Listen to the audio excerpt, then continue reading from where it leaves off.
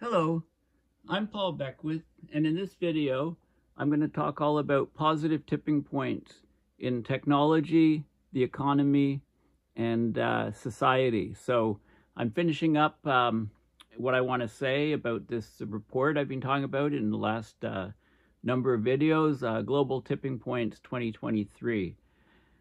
Basically, most people watching this channel and that have any inkling or any are following climate in any way realize that things aren't great. Things are terrible, and they're accelerating to worse and worse states. So we're at grave risk of crossing negative tipping points. We're very, very close to these in many different systems, including the AMOC, the ocean currents, etc. And there's a big, huge hysteresis problem. So if the warming crosses a threshold and we actually get a tipping of, say, the AMOC, we can't just cool the planet down and expect that we'll return to the state that we were in before the tipping occurred. There can be a hysteresis or a lag. It can be hundreds of years or a millennium. So basically the planet is completely different after a tipping, and there's often no going back. So what can we do about it? Well, the only possible glimmer of hope, sort of fingernails on the cliff, clawing our way back, is what this document calls positive tipping points. So positive tipping points are, you need to distinguish between the jargon for feedbacks and tipping points. So a negative feedback is a breaking or a slowing down feedback, which is a good thing to bring us to stability. A positive feedback accelerates us. It's an accelerating feedback. It takes us, at quicker and quicker rates to a place we don't want to go. But in terms of, they've turned the language around and are using tipping points. So positive tipping points are like these negative feedbacks, and negative tipping points would be like these positive feedback. Anyway, it's a bit confusing, but I like the jargon for tipping points, positive and negative, because it's, what humans think when they hear those words, positive and negative. So, I've often talked about the three-legged bar stool, and these are a lot of things that are discussed in this paper, not in terms of the three-legged bar stool. That's my terminology, but remember the original three-legged bar stool. We need to slash fossil fuel emissions. We need carbon dioxide removal or carbon removal, including methane, to lower greenhouse gas levels in the atmosphere. And we also need SRM, solar radiation management. Now, I've been reading, I just finished reading Gwynne Dyers' book, Intervention Earth, Life-Saving Ideas from the World's Climate Engineers, and I'll do a separate video or more than one on this. He's actually coming to Ottawa this weekend to the Ottawa Writers Festival, and I have tickets to see him. And Michael Mann's also going to be introducing his new book, fairly recent book, at this Writers Festival. But, Gwynne Dyer was saying it sounds like an accounting term, solar radiation management. So I've been thinking about it, and I've come up with a term. You hear it here for the first time. Hopefully it catches on. We need to call this SOS. SOS, Save Our Souls. Actually, SOS stands for Solar Optimizing Systems or Solar Optimization Strategies, right? SOS, it's a much better term than SRM, which is for accountant. So let's try to call it SOS, Save Our Souls by Solar Optimization System. We've changed the chemistry of the Earth and atmosphere systems, so the incoming solar radiation is too much. It's causing tremendous heating of the Earth system, which has been exacerbated, as James Hansen has clearly pointed out, by reducing sulfur from shipping fuels, etc. So we need to actively compensate for this additional heat on the Earth by using solar optimization strategies. That could be something like mirror, putting reflectors on rooftops. And I'm actually giving a mirror talk on this coming Sunday, the day after the Writers Festival, when I see Dwyer and Michael Mann. A method for somewhat more local, but, over the oceans cooling, say you want to save a coral reef or you want to cool down the oceans, marine cloud brightening is a very, very powerful technique that could be scaled up and used. That's Stephen Salter's cup of tea, and unfortunately he passed away recently. Solar aerosol injection is a very, very powerful technique that could cool the planet. We know sulfur in the stratosphere cools the planet. Just look at what happens after any large volcano that injects that sulfur into the stratosphere. So, and, people talk about, they, up until recently, well, even now, most climate scientists are completely against SOS. Right? They say it'll be an easy out for the fossil fuel company. I'm more concerned about saving our own skin. I think it's, we need to research these things really quickly and actually start deploying them. And, the acceleration in warming that's occurred since the IMO, the International Maritime Organization, mandated sulfur out of fuels. 3.5% was in 2020, and now it's down to 0.5%. And the regulations were tightened initially in 2015. The oceans are on fire. I mean, they're warming so much more. So we need solar aerosol injection, we can do it carefully. We can inject at 15 degrees north, 30 degrees north, 15 south, 30 south, tailor the amounts to the effects, and just stabilize the climate. We can tailor it to get a climate that we had before all this huge warming took place.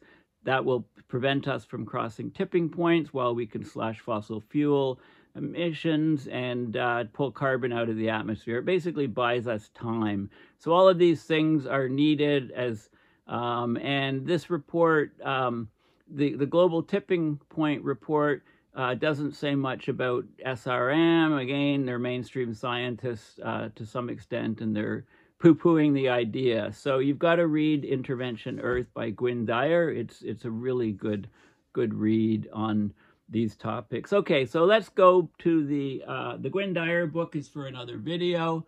Let's go to the report, and I'm just going to talk about the intro, and then we'll just look at the figures basically. Okay, so basically, negative tipping points are now so close that urgent action needs to be taken to prevent them from occurring. Remember the hysteresis effect, right? We cross these thresholds, we tip into a different state. There's probably no going back for millennia. So we need beneficial positive tipping points, PTPs, to offer hope for accelerating our responses to match the urgency as we near these negative tipping points.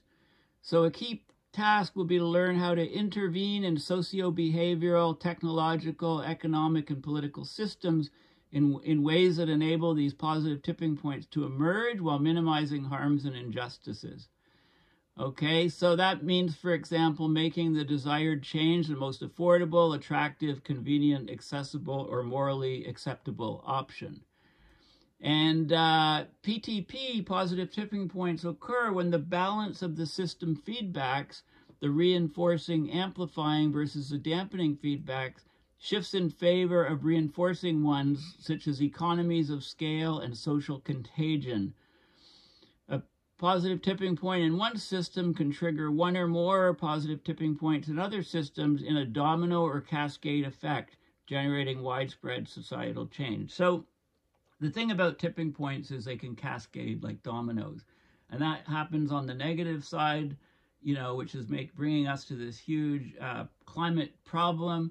It also can happen on the positive side and take us back to a more stable planet. So these positive tipping points are already well underway in wind power generation, solar power generation. I'll show you some figures. And in leading battery electric vehicle markets. But the technology on its own is unlikely to be sufficient to meet the decarbonization targets. We need to trigger these positive tipping points in the demand for energy and transport services and food, right? We need to make public transport the cheapest, most convenient option. Replacing internal combustion engine cars by electric cars is all fine and dandy, but surely we don't intend on replacing all 1.5 billion cars on the planet on a one-to-one basis. Cars spend 95% of their time in your garage. Yeah, it's just wasted sitting there. So that would mean if we only had 5 to 10% of the existing car fleet in electric cars that you could dial up on your phone and it's there almost right away, you know, who needs a car anymore? Okay, but, you know, imagine the lobbying from the car companies has to be overcome to get anything like that done. We need to accelerate change in the food systems, right? That has huge implications for natural ecosystems. We need to accelerate nature recovery, restore natural carbon sinks. Right? So it's behavioral norms, values and practices, changes in political institutions and policies and public pressure, global financial systems. You know, we need to start making all these things work in our favor instead of working in favor of destroying the planet, which they're doing clearly. You know, when we talk about tipping points, there's many early warning signals or EWSs that mean that we're very, very close to thresholds of tipping into states we don't want to go in, and this is causing, you know, part of some of these early warning system signals include a critical slowing down in the frequency response of the system, an increase in the amplitude change of the fluctuations of the system at those slower frequencies.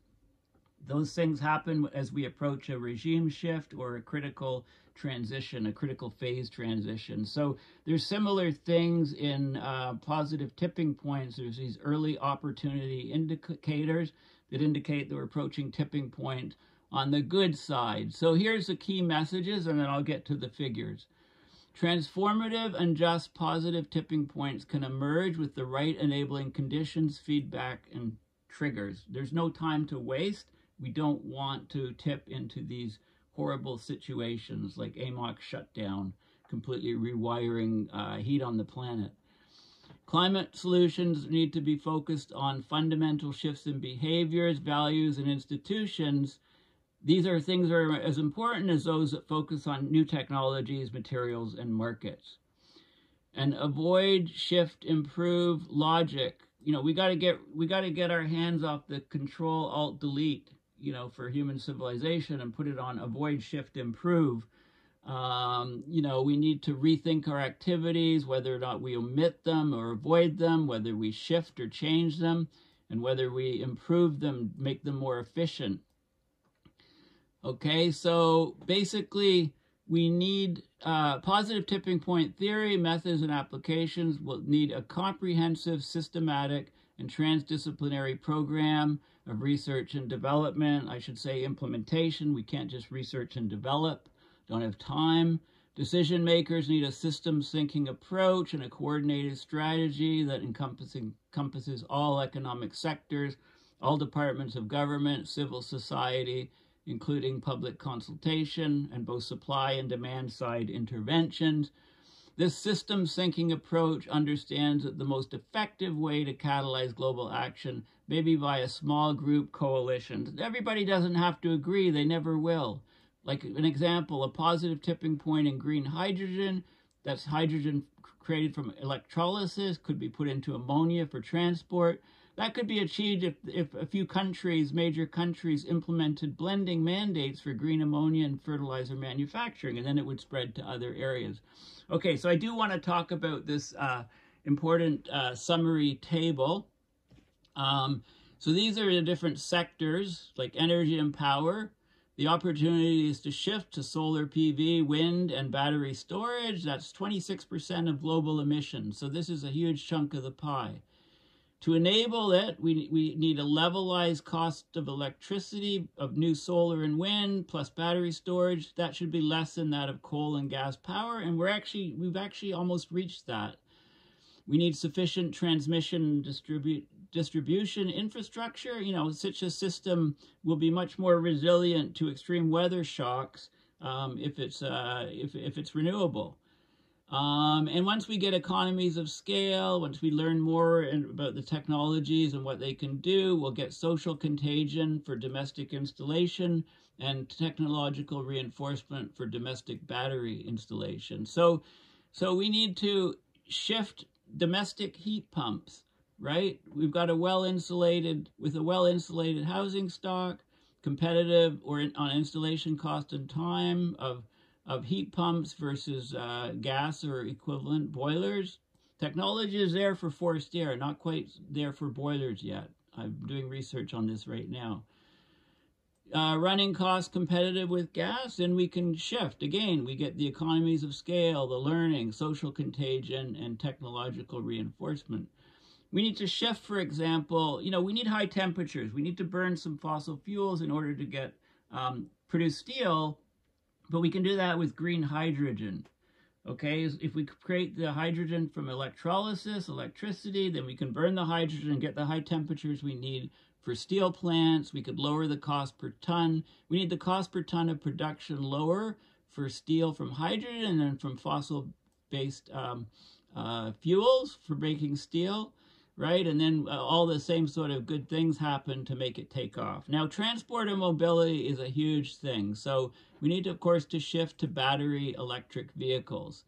We need battery electric vehicles cheaper at the point of purchase than internal combustion engine vehicles. We know that they're much more reliable, so your trips to the garage for maintenance are much less. With electric vehicles, we need sufficient charging infrastructure.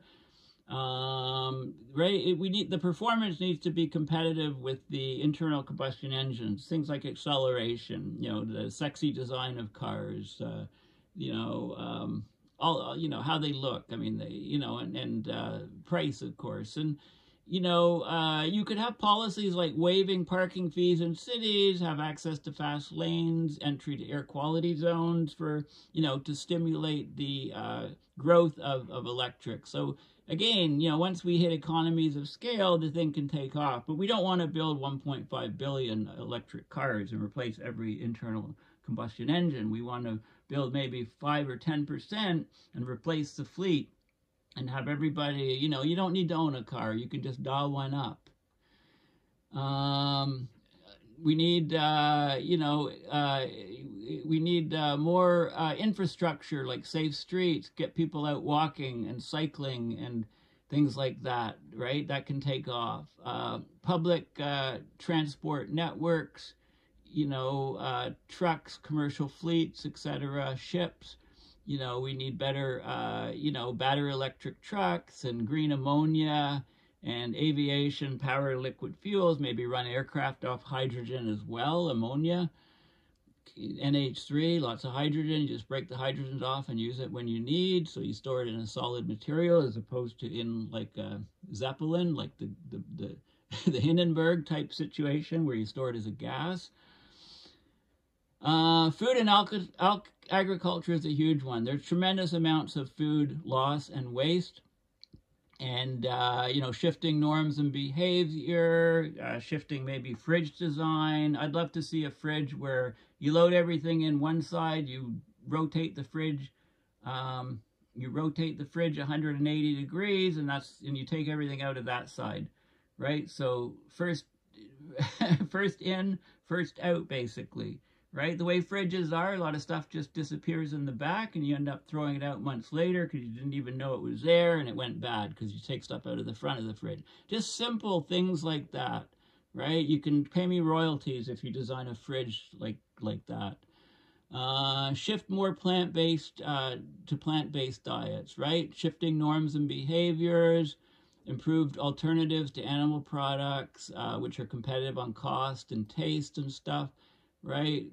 There's huge areas for growth. Shift to regenerative agriculture, protect the soils. Don't pull all the good stuff out of the soils, leaving them barren, right? This is a long-term thing. Shift to, fertilizer, green ammonia, right? And instead of using fossil fuel-based fertilizers, the social and behavioral systems need to shift. They're just as important as the technology. Same with the political systems. Same, we can have international climate clubs to establish new climate negotiation norms, new international institutions, and so on. Legal system, the whole system needs to change to legislate a rapid change in human behavior and human society. Financial systems, stop funding, the fossil fuel companies. I mean, we talk about subsidies to fossil fuels, but don't forget, I mean, the majority of fossil fuel companies around the globe are owned by government. So it's not like governments are subsidizing Them governments own them and are running them and are making the money off of them. Okay, it's not like they're subsidizing it. They're in for the full mile, the full kit and caboodle, and this has to change. This is ridiculous. It's a scam. We need to shift to accelerating renewables in the global south, definance fossil fuels. Government shouldn't own fossil fuel companies. That's absurd. So instead of control, alt, delete on the climate and our civilization, we need avoid, shift, improve. Okay, so let's go into some of the nitty-gritty now. There's lots of good information here. I'm not going to go over it all, but let's have a look at the figures. Okay, so here we go. We've got the Earth system. We've got human systems. We've got, as a subset of the Earth system, of course, we've got the technological, political, economic, and social behavior. All of those things need to be changed in order, they're all interconnected. Human systems are also embedded within the Earth system, so they're subject to the biophysical capacities and tipping points within the Earth system. So these are our limits. We can't avoid this. Let's look at some of the climate tipping points. So this is days to millennia, and this is subcontinental scale, so regional to continental scale to global scale. Well, like I said, the AMOC is the mother of all tipping points. East Antarctica also, but the AMOC is on a decade's time scale. That's the biggest risk that we face, tipping the AMOC and then going into a different climate state, which we can't recover from for thousands of years. Putting all of these positive tipping points into play after the AMOC's already crashed could be insufficient and too late. We can't risk that. The risk is huge of that. And these are all the other tipping points. Boreal forest is up there, West Antarctic, SPG, lakes, Amazon rainforest, right? All of these other things. I mean, we're losing the coral reefs on our watch, right? We're going to wake up one day in a decade or two, and there'll be no coral reefs on the planet, except for ones that are in 100 feet of water, deep corals where the water is a bit colder. These are the positive. So these are the bad, negative tipping elements. These are the positive tipping elements, again, on the different time scales. Digital systems, financial systems can respond quickly.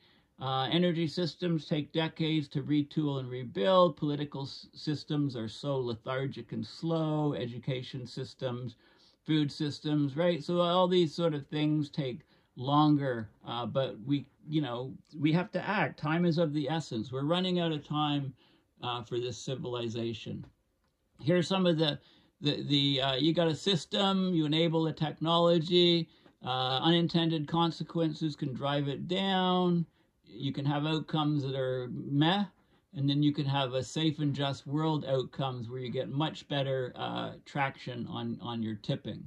So I like these little diagrams. So this is where we want to go up here. I know you doomers are saying, that's Beckwith is off his rocker. Okay, so maybe I am. Create enabling, here's some strategic interventions for triggering positive tipping points. Create enabling conditions, so you can target smaller populations. You don't need full buy-in, you just need a critical mass. Change the social network structure, give people information, reduce price cost. Do all these things, and you enable a technology to take off. And then there's reinforcing feedbacks. You want to increase those, reduce the dampening feedbacks. Social contagion, network effects, percolation, all of these good things can happen. And then you can you can trigger a positive tipping.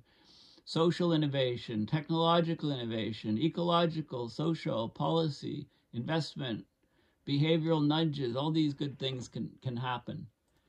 Okay, so we've got politics, generating policy. We can change behaviors, change technologies that are used. And elite, so not many people, but rich people, or mass feedback of the masses can enable these positive tipping points. Okay, I think often in politics, we're heading the complete opposite direction.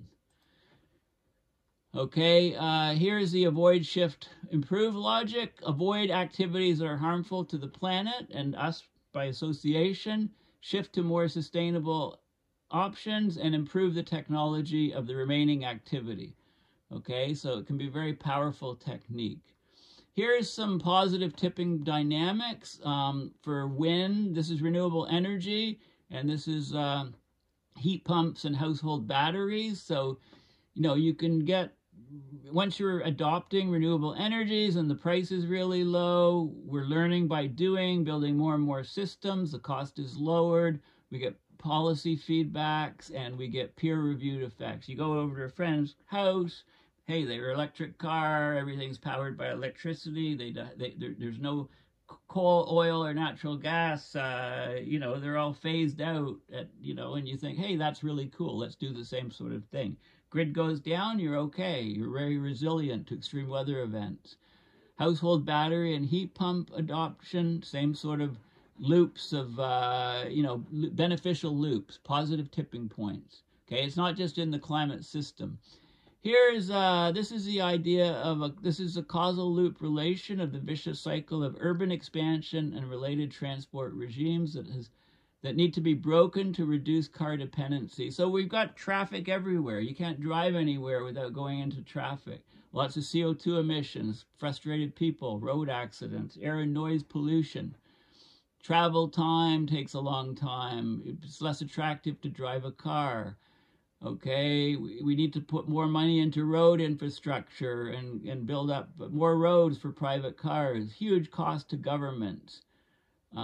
Suburbs become more easily accessible, distances increase, people travel more, urban sprawl, right? So car dependency and distances all increase, and it becomes less and less attractive. So who wants to continue that? So let's look at the internal combustion engine dominated market is up here, and the EV dominated market is down here. This is internal combustion engine market share. Okay, it was 100% back in 2010 in all these places, almost 100.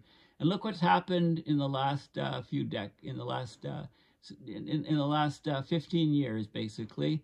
Huge adoption of electric cars in Europe, huge in Asia, not so big, but a definite increase in EVs. But so these systems are tipping. We just need to accelerate them, right? It's coming whether you like it or not. Here's some of the total cost of ownership. This is for gas internal combustion engines, is the red line, EU, US, China, and India. This is the green. This is electric cars, is the green lines, with the error bars, the dashed lines for both fossil fuel cars and for green cars. And you can see, the huge increase in green vehicles. This is the battery price in US dollars per kilowatt, the drop from 2010 to now, and this is the increase of the fleet of millions of vehicles increased in all the different countries. So look at the huge growth in China and in Europe. I mean, and other places are a bit of laggards in that. Look at this map. Guess what this is? This is bicycle path density in the Netherlands and neighboring countries. All of these bicycle paths, right? People are getting to places they want to go locally, and they're getting fit, right? They're not obese as much. They're getting healthier, less stress on the medical systems, better, all those endorphins are kicking off as they're doing the cycling. This is a map. This is a walking map of a city in where? Pontevedra. Okay, it shows the distances and walking times to reach different places in the city. Look at this. If you're good with digital stuff and computers and you love doing maps, do this for your city. Do this for your neighborhood first. Right? Just go out with the pedometer and measure the distances and measure the times. And, a map like this given to people, they'll say, hey, well, I'm here. Why should I drive over here? Right? It can take me 14 minutes and 11 minutes, 25 minutes to go from here to here. Let's just walk. Right? So these sort of things can make a huge difference in neighborhoods. This is food, avoiding food loss and waste. Reduce the land footprint of global food systems, reduce livestock, shift to more plant-based diet, reduce methane, increase carbon sinks, right? All of these good things that can cascade into, positive tipping points. Here's positive feedbacks can drive changes in dietary norms. So low livestock diets and all these different things can feed into each other, and before you know it, the system is completely different and much less dependent on meat. This is a program for the International Small Group and Tree Planting Program, or TIST. Tree planting, and it shows all of the different benefits that you can get. Social contagion, as more and more farmers do this, divides it into social, economic, ecological, and farming, agronomic processes. So this is food politics, food policies, technology, how you can get feedbacks, and the food system, much less thrown out, much better foods. This is a global unified target. This is carbon footprint, CO2 equivalent per capita per year. Look at Canada. Transport biggest by far. Housing next. Goods, things we buy. Food. 1.4. Leisure and services. So we're among the highest in the world. In per capita emissions. Okay, this is ripple effect of social movements, and we're seeing this with protests against the massacre of people in Gaza at the moment. That has been ongoing for months and months and months and months. Sure, it was horrendous what happened to initiate it, but since that has happened, it's just been a massacre and complete destruction of a whole place and buildings and everybody uprooted. It's just and it's ongoing. Hopefully, it's just, anyway, I'm not talking about that. But anyway, you can get these I just did talk about it. You can get, bystanders can become upstanders. You just have small groups, ripples in a pond can spread and spread, and you can get social change. There's a lot of different theories on that. Here's, if we're here and we want to go here, we have to go over this hump. Well, we can lower this hump by various methods, including education is an enabling factor for many of these tipping points to occur. This is a sequence of rapid social change. We have problems. We use politics as levers we desire things to be done differently. Policies, smart policies, and we can get very, very rapid change in society. And we don't have time to waste because we're reaching these negative tipping points, right? This is some loops in between, money in the money markets and capital, right? This is some loops in self-reinforcing mechanisms, feedback loops in developing economies, high cost of capital, investments, and so on. So, in all different areas, we can make improvements to head the way we want to head. This is the relative probability of private investment in wind. As installed wind capacity increases, the probability of private investment goes way up. This is upper middle income, lower middle income, and lower income for wind and solar. Right, you're getting the idea. I mean, there's loads of dynamics. This is how digitalization impacts resource use. Right, we can use, and AI is another huge issue. Can we use AI in a positive way to enable the transition? Can we use it as a positive tipping point? This is some social things to do with EV costs, and it just shows you, there's lots of these bubble diagrams where the bubbles are connected. This was the drop of car sales with the pandemic and the recovery over time, interesting dynamics. This is the EV transition point.